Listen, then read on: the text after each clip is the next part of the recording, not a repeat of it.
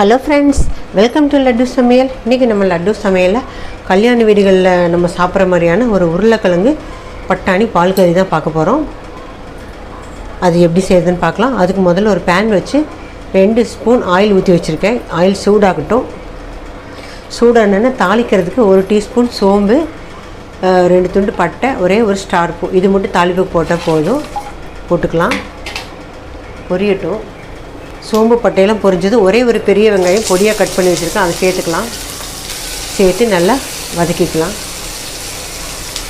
அதோட ஒரு 5 பச்சை மிளகா, ஒரு கொத்து கருவேப்பிலை காரத்துக்கு சேர்த்துருக்கேன்.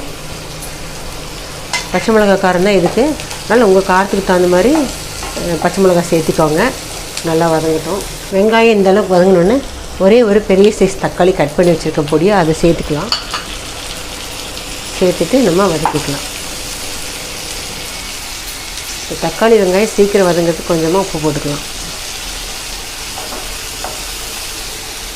இந்த பால் கறிக்கு தக்காளி நல்லா மசிஞ்சு வரணும்னு அவசியம் இல்லை, ஓரளவுக்கு வதங்கினாவே போதும். இப்போ நம்ம இதில் 1 கப் பட்டாணி சேர்த்துக்கலாம். பச்சை பட்டாணியாக இருந்தால் நீங்கள் அப்படியே சேர்த்துக்கலாம். காஞ்ச பட்டாணியாக இருந்தால் ஓவர் நைட் ஊற வச்சு வேக வச்சு எடுத்து சேர்த்துக்கோங்க. நான் காஞ்ச பட்டாணி தான் நைட்டே ஊற வச்சு இப்போ காலையில் வேக வச்சு எடுத்திருக்கேன். இதை நம்ம சேர்த்துக்கலாம்.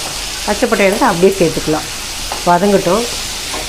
அது கூட ஒரு 1/4 கிலோ உருளைக்கிழங்கு வேக வச்சு கட் பண்ணி எடுத்து வச்சுருக்கேன். 3/4 வேக்காடு. பச்சையை போட்டால் சீக்கிரம் வேகாது, அதனால் ஒரு 3/4 வேக்காடு வேக வச்சு எடுத்து வச்சுருக்கேன். அதையும் போட்டு மிக்ஸ் பண்ணிக்கலாம். கொஞ்சம் நேரம் வதங்கட்டும். உருளைக்கிழங்கு வேக வைக்கும்போது உப்பு போட்டிருக்கேன், பட்டாணி வேக வைக்கும்போது உப்பு போட்டிருக்கேன். இப்போ வெங்காயம் தக்காளி உப்பு போட்டிருக்கோம், அதனால் உப்பு பார்த்துட்டு போட்டுக்கலாம். கொஞ்சம் நேரம் வதங்கினோன்னு இப்போ உருளைக்கிழங்கு பட்டாணி ஓரளவுக்கு வதங்கிடுச்சு. இப்போ நான் தேங்காய் பால் எடுத்து வச்சுருக்கேன். அதில் 3வது தேங்காய் பால் அதை இப்போ சேர்த்துக்கலாம். நான் 3 தான், ஒரு அரை மூடி தேங்காயை 3 டைம் ஓட்டி தேங்காய் பால் எடுத்து வச்சுருக்கேன். இப்போ ஃபஸ்ட்டு 3வது தேங்காய் பாலை சேர்த்துக்கலாம். தேவைப்பட்டால் கொஞ்சமாக தண்ணி சேர்த்துக்கலாம். நான் ஒரு 1/4 கப் தண்ணி சேர்த்துக்கிறேன். இப்போ இந்த பால் கறிக்கு தேவையான உப்பு போட்டுக்கலாம். ஏன்னா தண்ணி சேர்த்துருக்கோம், தேங்காய் பால் சேர்த்துருக்கோம், உப்பு போட்டுக்கலாம். இப்போ கொஞ்சம் தண்ணி சேர்த்து உப்பு சேர்த்துட்டோம். இப்போ மூடி போட்டு ஒரு 5 நிமிஷம் வேக வச்சுக்கலாம். வேகட்டும். நல்லா கொதிச்சிருச்சு, திறந்து பார்க்கலாம். இன்னும் எல்லாமே ஆல்ரெடி வெந்தது தான். இந்த மசாலாவோட காரமெல்லாம் பிடிக்கிறதுக்காக தான் வச்சுருந்தோம். இப்போ லாஸ்ட்டாக இதில் முதல் தேங்காய் பால், 2வது தேங்காய் பால் சேர்த்துக்கலாம். நல்லா திக்காக எடுத்துக்கோங்க. அதை சேர்த்து மிக்ஸ் பண்ணிக்கலாம். இந்த ஃபஸ்ட்டு தேங்காய் பால், செகண்ட் தேங்காய் பால் ஊற்றுனதுக்கப்புறம் ரொம்ப நேரம் அடுப்பில் வச்சுருக்கக்கூடாது.